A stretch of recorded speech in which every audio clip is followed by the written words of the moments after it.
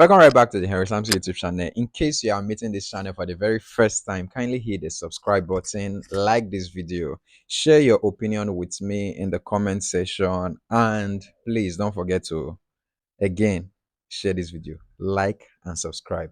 So before I begin, I want to put a disclaimer out there that this video is not to drag anybody, this video is not to disrespect anybody, but this is me here stating my facts and stating my opinion and bringing facts from the events that has happened over time. So let's get right into it. Late last month, which was July 2025, the clip trended where Pastor Biodun Fatoyinbo made statements regarding the founder and general overseer of Christ Apostolic Church, who is an evangelist, Ayo Babalola.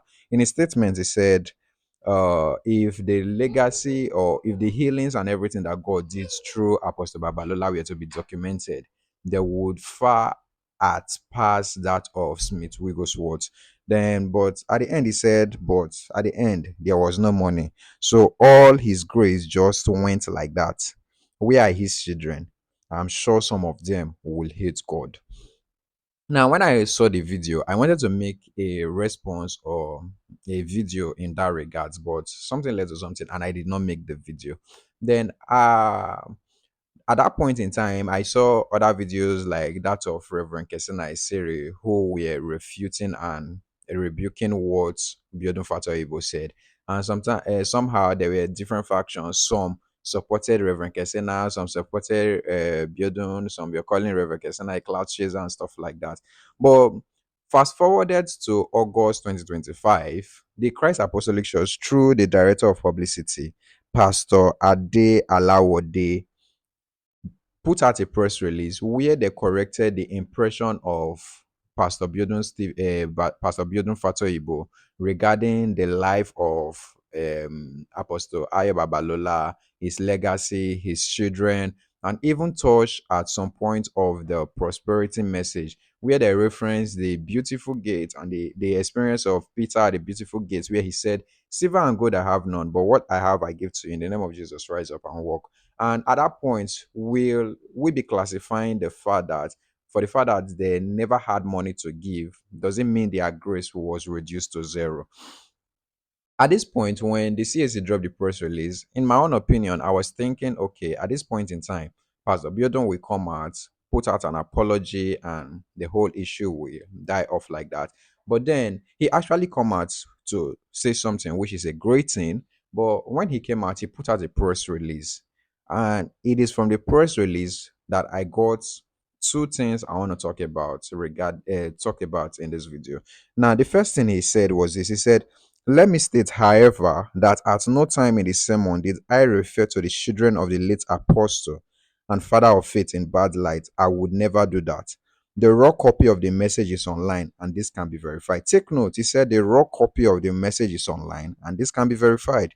Then he said again, he said, "Finally, I apologize if any other statements made by me has caused any form of distress, hurt, or discontentment to the CAC, the family of the late Apostle Babalola, or his associates." Now, one thing that made me not to shoot the video when the issue started circulating was that I tried to search for the full video, even if it is 2 hours. I will pay attention to listen through the 2 hours to see if he actually said something like that, or if it was bloggers who caught two sensational parts, merged them together, and using it to cause traffic and everything. But then I did not see the video at first. But when CAC dropped their press release and he released his own press release, I took it upon myself and I was like, okay, no matter how it would take me, I would definitely search for this thing. I want to see this message. I want to listen to this message. But then the longest video I can find on the internet was on YouTube was a 16-minute video which was on one guy's channel, and the whole 16 minutes video was not even about the message. It was about 8 minutes sermon, 8 minutes clip from the sermon taught by Pastor Biodun, and another 8 minutes of commentary made by the owner of that video. Now, the message was, what I got from the message he was preaching at that 8 minutes that was played was, he talked about how he dedicated to private jets. He talked about having 4 Rolls Royce. He talked about how he and his brother in faith believed God when they were coming up in ministry, how he, like a lot of other stuff. I'll probably leave the link to that video in the description section so you can also check it out and confirm all these things I'm saying. There was no longer video more than that. And in that particular 16 minutes video, he talked about the Apostle Ayo Babalola, and he made mention of another pastor in South Africa. And in both instances, both the one of Apostle Ayo Babalola and the pastor in South Africa who healed a horse, he made reference to their children at the two instances. For that of Apostle Ayo Babalola, he said, "We are his children. I'm sure some of them will hate God." And to the pastor in South Africa, he made mention of the fact that the children of that pastor hate God because their mother died, something like that, or their mother fell sick and she was not healed. Now, if you are saying there is no time in the sermon that you refer to the children of the apostle in bad light, what does that really mean? For you to say we are his children, you are sure some of them will hate God. That is already painting the children of the late apostle in bad light, if you will ask me. Then let's go for that to the second point where he said he apologized if any other statement made by him caused a distress. There was no other statement that caused any stirring. The mentioning of dedicating to private jet, having 4 Rolls Royce and the stuff like that, no one caused any distress. No one even spoil any curiosity or anything. It was a statement made directed to Apostle Babalola and his children that caused unrest. So if he was to put out anything in particular, it should be an apology in regards to that, and not coming to cut corners by putting out a press release. That is what I think. But then I have to dig further. I spoke with a senior brother, a friend, and we were talking about this issue. And we kept digging because if he said he did not see it, and the short clip from the short clip I even watched, it's not as if they merge and join the videos. Because if they should merge and join videos, if you are watching it, you will definitely notice a glitch. You will notice a kind of freezing at the point it was joined. But watching that video, there was no point where there was a glitch. It was a free flow. That shows that he actually did mention he mentioned the names and he talked about the children. And that, if you ask me, is in bad light. But then we kept digging and we find out that that message was preached at the International Founders Conference held at the Master's Place Church owned by Pastor Korede Komaya. So I started digging so much into this thing, and I saw that okay, these were the people that were built to minister or teach at that event. Pastor Korede Komaya, Pastor Esther Komaya, which is his wife, Bishop David Oyedepo, Pastor Matthew Ashimolo, Pastor David Ibiome, Dr. Mike Modoc, Pastor Biodun Fatoyinbo, Reverend Tony Akinyemi, and Pastor Bolaji Idowu. Now, seeing all these names, my friend also shared a playlist with me from the YouTube channel of Pastor Korede Komaya. At the time of making this video, the playlist is still available. I will drop the link. You can check it out. I don't know if the playlist would have been deleted by then. But checking through the playlist, I discovered something. There were uh, a name like Dr. Mensa or Tabi, which was not stated to be at the International Founders Conference. His video was there. That is to say, he was probably a surprise guest. And all the video of the names I mentioned were on that playlist, except two names, which are Pastor David Ibiome of Salvation Ministries and Pastor Biodun Fatoyinbo. Now, for Pastor David Ibiome, I assume the fact that probably he was not in attendance at this particular meeting, because I checked through the Master's Place Church Facebook page. I checked through Pastor Korede Komaya Facebook page. I searched for keyword like IFC 2025, Pastor David Ibiome. And the last time they posted a video about Pastor David Ibiome was in February 2025. And this particular event took place in July 2025, 21st to 23rd. So it is safe to assume that probably Pastor David Ibiome had other engagements and could not be in attendance. But then Pastor Biodun Fatoyinbo was in attendance. He taught.